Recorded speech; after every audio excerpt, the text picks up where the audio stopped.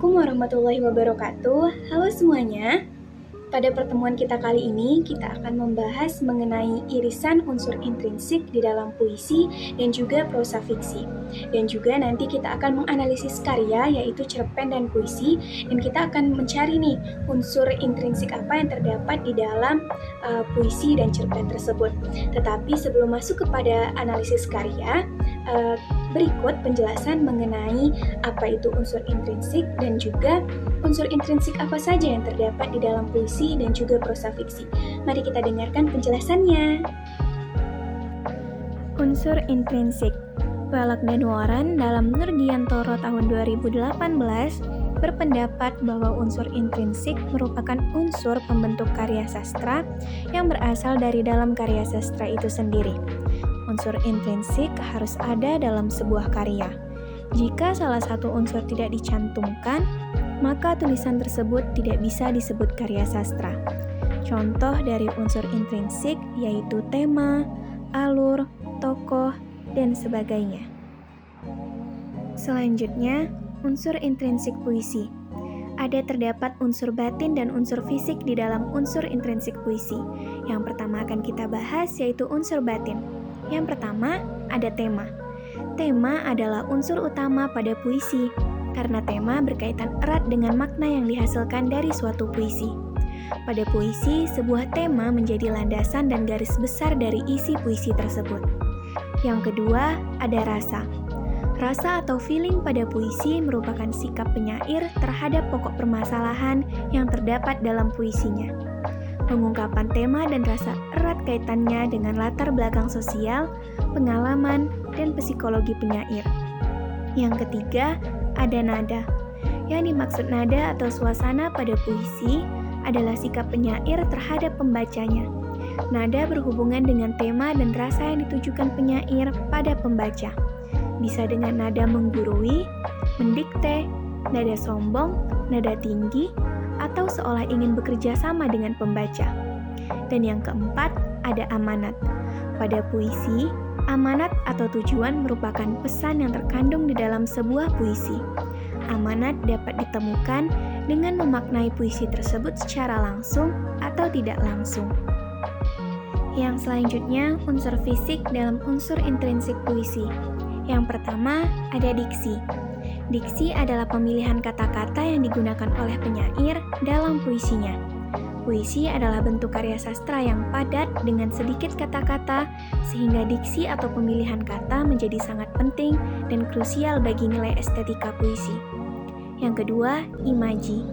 Imaji adalah unsur yang melibatkan penggunaan indera manusia. Imaji dapat dibagi menjadi 3, yaitu imaji suara, imaji penglihatan, dan imaji raba atau sentuh. Yang ketiga, ada kata konkret. Kata konkret merupakan kata yang memungkinkan terjadinya imaji. Kata konkret bersifat imajinatif sehingga memunculkan imaji. Biasanya berhubungan dengan kata kiasan atau lambang. Yang keempat, ada gaya bahasa. Gaya bahasa atau majas adalah penggunaan bahasa yang bersifat seolah-olah menghidupkan dan menimbulkan makna konotasi dengan menggunakan bahasa figuratif. Beberapa macam-macam majas yang sering digunakan pada puisi, misalnya seperti retorika, metafora, personifikasi, litotes, ironi, sinekdoke, repetisi, anafora, antitesis, klimaks, antiklimaks, satir, paradoks, dan lain-lain. Selanjutnya, rima. Rima atau irama merupakan persamaan bunyi pada puisi, baik di awal, tengah, atau pada akhir baris puisi. Sementara ritma adalah tinggi rendah, panjang pendek, keras lemahnya bunyi. Dan yang terakhir, ada tipografi. Tipografi atau perwajahan adalah bentuk puisi yang dipenuhi dengan kata-kata, tepi kiri kanan dan tidak memiliki pengaturan baris. Biasanya pada baris puisi tidak diawali huruf besar atau kapital, serta tidak diakhiri dengan tanda titik. Nah, setelah mengetahui apa itu unsur intrinsik dan mengetahui unsur intrinsik apa saja yang terdapat di dalam puisi dan cerpen, kita akan masuk kepada analisis karya. Karya yang akan kita analisis yaitu sebuah cerpen dan sebuah puisi. Dan nantinya hasil analisis akan terdapat unsur intrinsik apa saja yang terdapat di dalam kedua karya tersebut. Nah, berikut penjelasannya. Puisi yang akan kita analisis yaitu Puisi Hujan Bulan Juni, karya Sapardi Djoko Damono. Tak ada yang lebih tabah dari hujan bulan Juni. Dirahasiakannya rintik rindunya kepada pohon berbunga itu. Tak ada yang lebih bijak dari hujan bulan Juni. Dihapusnya jejak-jejak kakinya yang ragu-ragu di jalan itu. Tak ada yang lebih arif dari hujan bulan Juni. Dibiarkannya yang tak terucapkan diserap akar pohon bunga itu. Karya selanjutnya yang akan kita analisis yaitu cerpen yang berjudul Kairoskopi karya Putu Ayub. 5 Agustus 2014, di pagi yang cerah, seperti biasa, ku duduk di teras rumah menikmati kopi khas Banyuatis, Bali, sambil membacakan buku cerita untuk Laura. Aroma kopi robusta yang khas membuatku semakin bersemangat untuk membacakan buku cerita yang menceritakan tentang sebuah perkebunan kopi Banaran di Bawen. Mengakhiri pembacaan buku, tiba-tiba Pauline, anak pertamaku, datang. "Pah, lulus kuliah ini, Pauline pengen buat usaha nih." "Wah, bagus tuh," sahutku semangat. "Usaha apa?" tanyaku penasaran. "Warung kopi," balasnya singkat. "Ah, kuliah lama-lama, bayar mahal-mahal, masa cuma mau buka warung kopi? Apa tidak ada peluang kerja yang lain?" "Ada sih, tapi sepertinya buka warung kopi menarik kok. Omsetnya juga sepertinya lumayan. Papa juga doyan kopi kan?" ucapnya dengan penuh semangat. "Papa juga bisa jadi pelanggan tetap warungku," sambungnya lagi. "Hahaha," tawaku lantang. "Tapi, apakah tidak ada kerjaan lain?" tanyaku kembali penasaran. "Pa, sekarang bukan waktunya lagi cari kerja, tapi waktunya untuk kasih kerja. Rugi sekolah lama-lama, bayar mahal-mahal, tapi tidak bisa bikin sesuatu yang baru," jelas Pauline.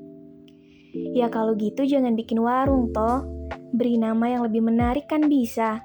Teman papa punya tempat yang ngumpul tukang ngopi, diberi nama kedai ABG. Kamu kan bisa bikin seperti itu juga." "Boleh juga tuh, tapi papa bantu Pauline ya untuk cari tempat."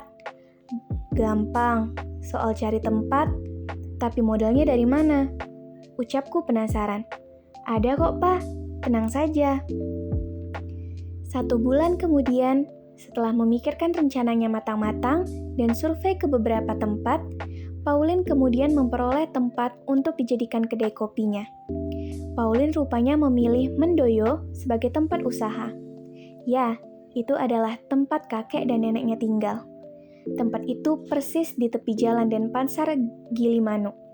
Ia memberi nama kedai kopinya dengan nama Kairoskopi. Bulan pertama usaha kedai kopinya tampak lesu. Tidak banyak yang berminat untuk singgah minum kopi di kedainya. Hanya sesekali orang lewat untuk istirahat yang mampir minum kopi di kedainya. Keputusannya untuk membuka kedai kopi di Mendoyo menyebabkan kami menjadi berpisah. Setiap minggu, Pauline selalu memberikan informasi tentang perkembangan kedainya dan rencana pengembangan usahanya. Bulan kelima usaha kedainya mulai berjalan dengan baik. Pengunjungnya mulai bertambah, sehingga Pauline memberanikan diri untuk mengembangkan usahanya. Dalam WhatsApp-nya, ia menuliskan, "Pah, usahaku mulai maju. Jadi aku rencananya akan mengembangkan usaha kopi ini. Rencananya akan kutambah karyawan dan kutambah beberapa menu." Pesan itu melegakan hatiku. "Maju terus, Nak. Puji Tuhan dapat terus berkembang," balasku melalui WhatsApp. Usaha Pauline kini telah memasuki tahun kedua, bertepatan dengan libur akhir tahun 2015. Ku coba untuk kunjungi usaha kedai kopi milik Pauline. Dari kejauhan, kulihat depan rumah tempat kakek dan neneknya tampak begitu ramai. Sampai di depan rumah, kucium aroma kopi robusta dan arabica yang mantap, hingga membuatku bergegas untuk masuk. Di dalam, kulihat Pauline sedang mengawasi karyawannya untuk bekerja dan tidak sadar akan kedatanganku. Kutepuk punggungnya mengagetkannya. "Hah, Papa, kok tidak kasih kabar?" Surprise dong. "Ayo, kalau gitu Papa coba menu kopi terbaruku. Racikan mantap gabungan kopi Aceh, Lampung, dan Toraja," ucapnya dengan penuh semangat. Mencium aroma kopi yang diraciknya membuatku teringat akan ibunya yang 5 tahun lalu meninggalkan kami semua. Kerja keras dan kreativitas Pauline dalam meracik kopi sepertinya diwarisi dari darah ibunya. Tanpa sadar, air mataku menetes mengenang semuanya. Melihat kerja keras Pauline membuat hatiku merasa bangga punya anak perempuan yang mampu berkarya. Tak lama, kopi racikan Pauline pun datang. "Ini, Pak, coba kopinya." Hidungku mulai tergoda akan aromanya, dan hatiku menjadi semangat untuk menyeruputnya. Sambil menikmati kopi racikan Pauline, anak gadisku ini mulai bercerita. "Pak, rupanya untuk memulai usaha itu tak semudah yang aku pikirkan dulu." "Iya, tidak ada yang mudah," sahutku. "Tapi kok bisa maju? Apa resepnya?" "Ingat, Papa dulu memberikan modal 1 juta. Oh iya, se itu setia dengan pekerjaan. Ju itu jujur, ta itu taat, dan R adalah rajin serta rendah hati," sahut Pauline. Sebenarnya pengetahuanku yang masih awam tentang kopi menjadi salah satu masalah dalam usahaku. Tetapi dengan belajar dari berbagai sumber dan terus berusaha, akhirnya inilah hasilnya. Tak lama kami berdiskusi, datanglah sahabatku Agus. Ia adalah lurah tempat di mana Pauline tinggal.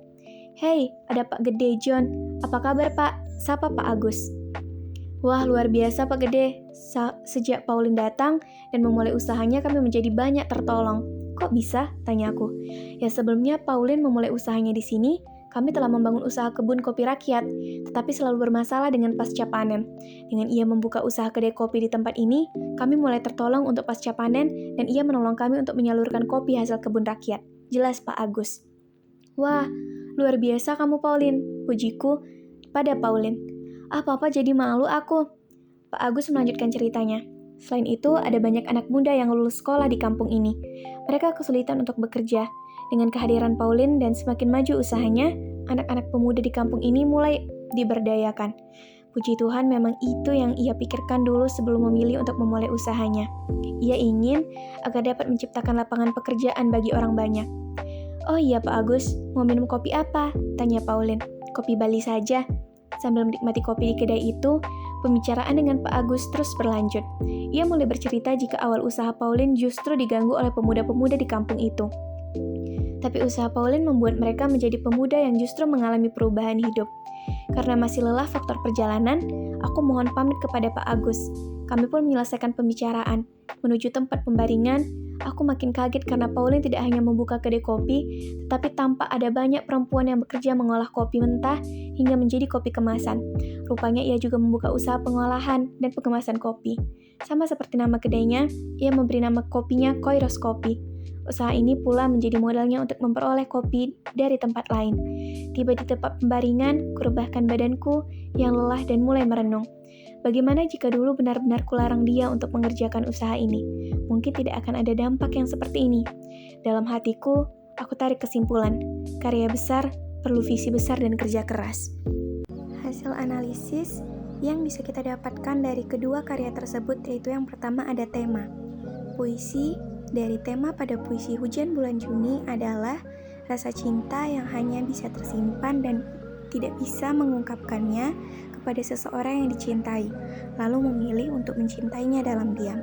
Sementara yang terdapat di dalam prosa fiksi cerpen yaitu tema yang terdapat dalam cerpen Kairos Kopi karya Putu Ayub adalah tentang perjuangan. Sesuai dengan yang dikutip dalam cerpen, sambil menikmati kopi racikan Pauline, anak gadisku ini mulai bercerita. "Pak, rupanya untuk memulai usaha itu tak semudah yang kupikirkan dulu." "Iya, tidak ada yang mudah," sahutku. "Tapi kok bisa maju? Apa resepnya?" "Ingat, Papa dulu memberiku modal 1 juta R.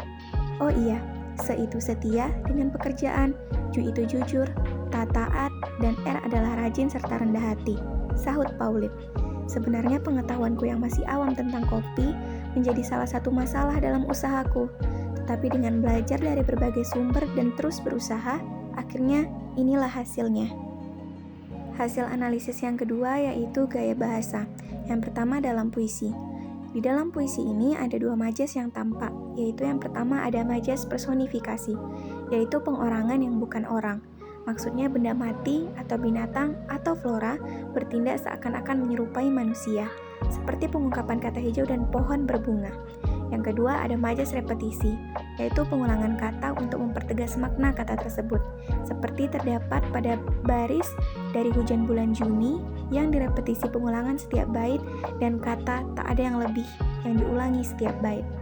Yang terdapat dalam cerpen yaitu ada penggaya bahasa yang dipakai oleh Putu Ayub dalam cerpennya. Kairoskopi yaitu adalah majas baku dan mudah dimengerti oleh pembaca. Hasil analisis yang terakhir yaitu terdapat dalam amanat. Dalam puisi Hujan Bulan Juni terdapat amanat yaitu kesabaran menahan rasa cinta yang tidak bisa diungkapkan dengan keikhlasan dan kearifan. Puisi ini juga mengingatkan kita untuk bersikap tabah, bijak, dan arif yang mana sesuai dengan pada kalimat puisi tersebut. Amanat yang terdapat di dalam cerpen Kairoskopi karya Putu Ayub adalah jangan pesimis ketika akan memulai sesuatu yang baru, karena kita tidak akan mengetahui ke depannya akan seperti apa. Karena selama ini kita yakin, percaya, dan selalu berusaha dalam menjalaninya, pasti hasilnya pun tidak akan mengkhianati perjuangan yang telah kita lakukan. Nah, itu dia hasil analisis kita untuk hari ini. Dan sampai di sini pula pertemuan kita pada video kali ini. Sampai jumpa di pertemuan selanjutnya. Bye-bye!